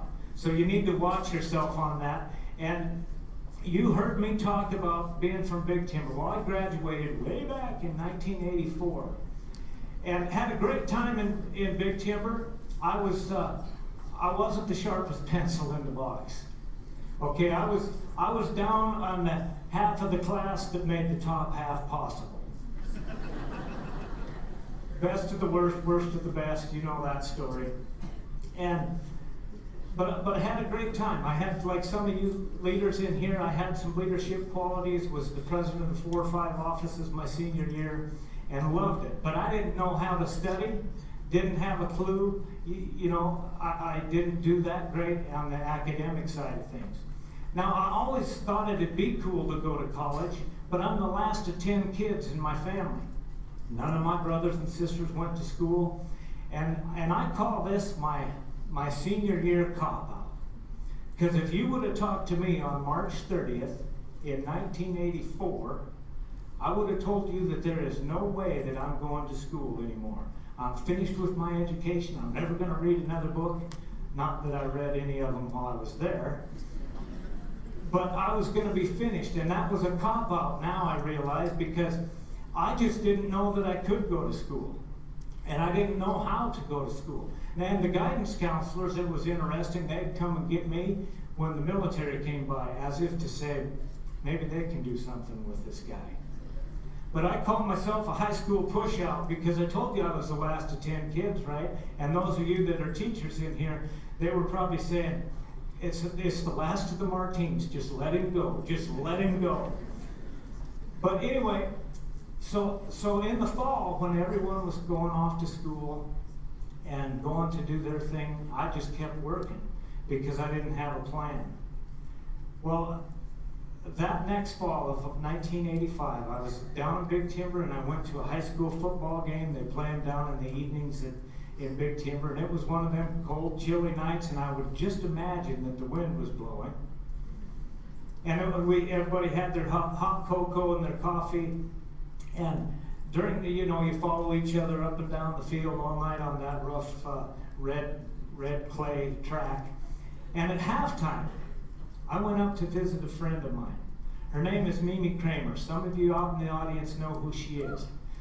Brilliant, brilliant woman. She is the smartest woman I know, and she has more degrees than a thermometer. I used to tease her and call her Mrs. Fahrenheit. But I love that woman, and she had a lot of compassion, and I knew she was very smart, so I wanted to invest some money that I'd saved for the last couple of years while I was working. So that's who I wanted to go talk to. I visited with her at halftime of that football game down in Big Timber on that night. And I told her, I said, Mimi, I have some money that I've saved up, and I'd like to have you help me invest it. And I want you to listen real close what Mimi told me. She looked me right in the eye, and she said, invest in you. And I said, what? She said, invest in you. I think you should go to college. She is the first person that had told me that I could go to college. Now, the Reader's Digest version of it is that she helped me get signed up for some Pell Grants. She helped me get student loans in place, got signed up to go to school right here on this university. Now, I didn't even pass the entrance exam to get in here for mathematics. So I had to start out in what I call bonehead math. It was 010, 011, and 012. And those were all the self-tutorial classes that were prerequisites for Math 140, which was a prerequisite for Math 150, which I could finally graduate with. So I started out, I had spent my lifetime saying, I'm no good in math. I can't do math. I ain't good at math. You can tell I'm no good at English either, right? I told you earlier I was in math, special reading, special English. But I spent a lifetime saying how I was no good in math, and guess what I got? No good in math. I didn't get it, man. Raise your hands if you like story problems.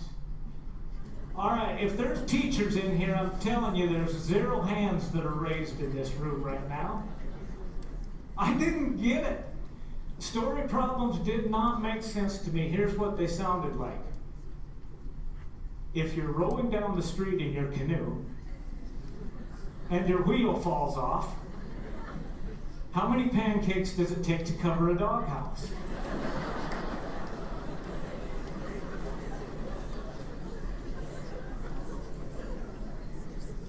That is el stupendido, which is the only Spanish word I know, by the way, other than super potato ole. But I didn't get it, and what I really didn't understand is there's an answer for that. It takes 6 pancakes to cover a doghouse. And the reason is because ice cream don't have bones in it. And when they started talking for pi squared, I thought they were talking about a Pop-Tart. And for me, if you got a blue train going 70 miles an hour this way and a red train coming 60 miles an hour this way, all I know is it's going to make a lot of noise and someone's going to get hurt. So that didn't make sense to me. I started out in this bonehead math and I struggled because it was self-tutorial. And I couldn't get out of these classes. And one of the things that happened for me when I set foot on this campus, Mimi told me to invest in myself. I told you to surround yourself with greatness. Right downstairs in this building is the MSU bookstore. It was back the same place it is today. I went down there and I found a section that I loved. I needed it. They say when the student is ready, the teacher appears. And I was ready. I found a section down there called the Self-Help. Still to this day in my library, I have the book called Think and Grow Rich by Napoleon Hill. Still has the receipt in it from the MSU bookstore, and that book is highlighted to death. Picked up another book called The Power of Positive Thinking by Norman Vincent Peale. Picked up another one called Success Through a Positive Mental Attitude. I started to change when I came up here. There was I told you earlier, I didn't know how to study in high school. I got here, I even bought a book called How to Study in College. And it worked. And then they offered a study skills workshop every semester on this campus. Every time that course was offered, I was in there. I learned how to read a book, learned how to highlight, learned how to take tests. I learned how to take notes during the lectures. So I've surrounded myself with greatness because of those books were teaching me to do that. So no longer was I saying, I can't do math, I can't do math. Yes, I was struggling here. But I went to my advisor. His name was Glenn Hall. Now, he looks like, I'll tell you, they called him Dr. Q-Tip here on campus. He had a 5 head like I do. Now, some of you got a 4 head. When you're bald like me, it's called a 5 head. And he had white, curly hair, so that's why they called him Dr. Q-Tip. And I walked in, and I pleaded with him. I said, Glenn, you have got to get me into Math 150. I've got to have an instructor that can teach it to me on a board. I'm not understanding how to teach myself. And I was just pleading with him, and he says, Duane, I can't do that. I said, why not, Glenn? Just get me in there. I'll pass the test. Now, do you see how my mind had shifted from when I first started, that I can't do math, can't do math? Now I'm telling him I can do this if someone will teach me how. Well, reluctantly, he let me into Math 150, but he said he wouldn't at first because I didn't have the prerequisite. And so here I found myself sitting in Math 150. And I'm very proud to say that I walked out of that class with the highest percentage in that class, because I was so afraid of that class keeping me from graduating that wasn't going to happen. And that's what can happen for you when you surround yourself with greatness. And so I was able to do that and have Dr. Q-Tip do that, and I got the books that I started reading, and there's a group out there right now that's called the Success Foundation, and they've written a book that's called Success for Teens. Their goal is to get this book in every teenager's hand that comes with an audio program as well. Now, something else happened to me while I was at MSU. I told Randy about it today. I took him down, Randy Rembold, I took him down and showed him the very room that this happened in. But I developed a very serious addiction while I was at Montana State. But what happened to me was downstairs, there's a room that's by the financial aid office, and I became, you probably have never heard the term before, a tapeaholic. Now, you probably don't even remember what cassette tapes were, do you? Some of you in here know what a cassette tape is.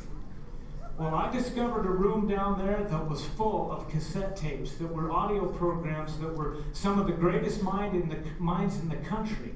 And you could check them out, use them in your car. And back then, we didn't have smarty pants phones, we had Walkman. We were cool. But you could plug those audio programs in and start learning from some of the greatest minds out there, like Jack Canfield. And you could check out video programs of his. And I became hooked on, I didn't coin the phrase, but it's called Automobile University. And I have been enrolled ever since I left this campus, ever since I set foot on this campus. Today, when I was coming over from South Dakota, I was listening to a program from Dave Ramsey. I'm continuously learning, and that's what this thing is about, is success for teens. They want this in everyone's hands. It says, stop waiting for life to happen. Start pursuing your dreams now. Success for Teens will show you that success is not about smarts, looks, or luck. It's about becoming the best possible person that you can be and making the most of your talents and your opportunities. By understanding and applying these slide edge principles, you'll learn the time-tested principles for excelling in all areas of your life. So we're going to try something right now. I've talked 3 times now about smarty pants phones. I want you to take out your cell phone right now, because I got permission from Success for Teens to do this. So I'm going to have you get online on the internet, and you'll go to DuaneMartinz.com, and it's spelled D-U-A-N-E. The last name is M-A-R-T-I-N-Z.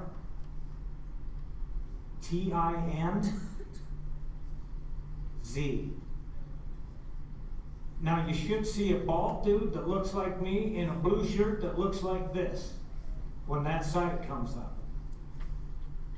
Just go to the contact page and fill that out, but put in the comments or the subject line, put FFA. Because you'll be sent a link, not immediately, but this evening they'll send a link that will get you to this book, so you'll see the book on there. It'll be on the lower left-hand side. And then if you click on For Teens, that's where you'll be able to get the download that can go right onto your phone. So that's another challenge that I have for you to do this evening. So all of this stuff, the first thing that we talked about was to teach you to have the attitude of gratitude. And the second thing, what did we do up here when we plugged the ear? What message is stuck in your head forever? To surround yourself with greatness. What's the word? Surround yourself with greatness. Awesome. And then most important, what are the 3 words that Mimi told me that I took to heart? Invest in you.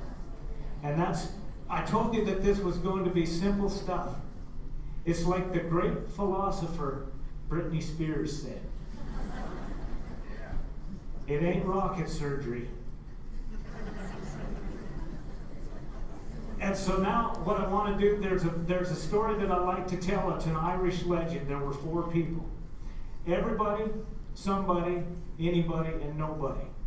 Now there was a very important job to be done, and it was everybody's responsibility. But everybody was sure that somebody would do it. Now anybody could have done it, but nobody did it. And as it turned out, everybody blamed somebody because nobody did what anybody could do. Which proves one great philosophy, and that is, if it is to be, it's up to me. And there is a great philosopher by the name of Jim Rohn. And he said the words that I want to leave you with. The major key to a brighter future is you.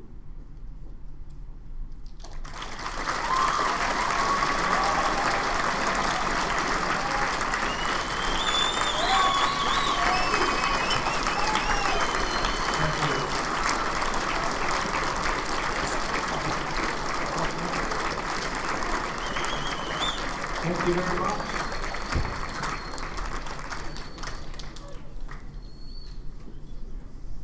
Mr. Martinz, thank you for sharing your wisdom and inspiration with us tonight. Please accept this token of our appreciation.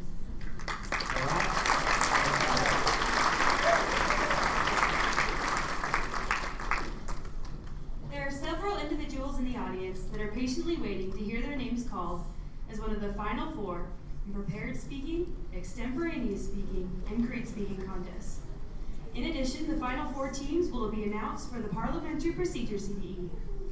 Madam Secretary, please read the names of the individuals and teams. Your top four prepared speaking finalists in no particular order are: from Broadwater, Tyler Noyes; from Moore, CJ Stevenson; from Lambert, Rachel Prevost; and from Electric City, Katie Cotterman. Please be prepared to compete at 10 a.m. tomorrow in this room. 9:30 a.m. in this room. The top four finalists in extemporaneous speaking in no particular order are: from Missoula, John Andrews; from Belgrade, Ashley Koenig; from Culbertson, McCade Malin; and from Joliet, Kayla Bertolina. The final four competitors of extemporaneous speaking will begin prepping on Friday morning at 8:30 in sub 235. The top four junior creed speaking finalists in no particular order are: from Hobson, Carson Stevenson; also from Hobson, Rachel Stevenson; from Stillwater Valley, Colton Young; from Shepherd, Lexi Dietz. The top four creed speaking finalists are in random order: from Winifred, Anna Slipka; from Townsend, Trenton Broughton; from Melstone, Megan Brewer; and from Grass Range, Maddie Tuchek. Creed speakers will also be speaking on the Final Four stage here in this ballroom during the fourth delegate session starting at 1 o'clock on Friday. Congratulations to the speaking finalists. We look forward to the announcements of the final placings on Friday night. And we can look forward to hearing from our winning creed speaker during the session on Saturday morning. The top four teams making it to the final round of the Parliamentary Procedure CDE in no particular order are: Joliet, Shepherd 1, Flathead, and Fergus.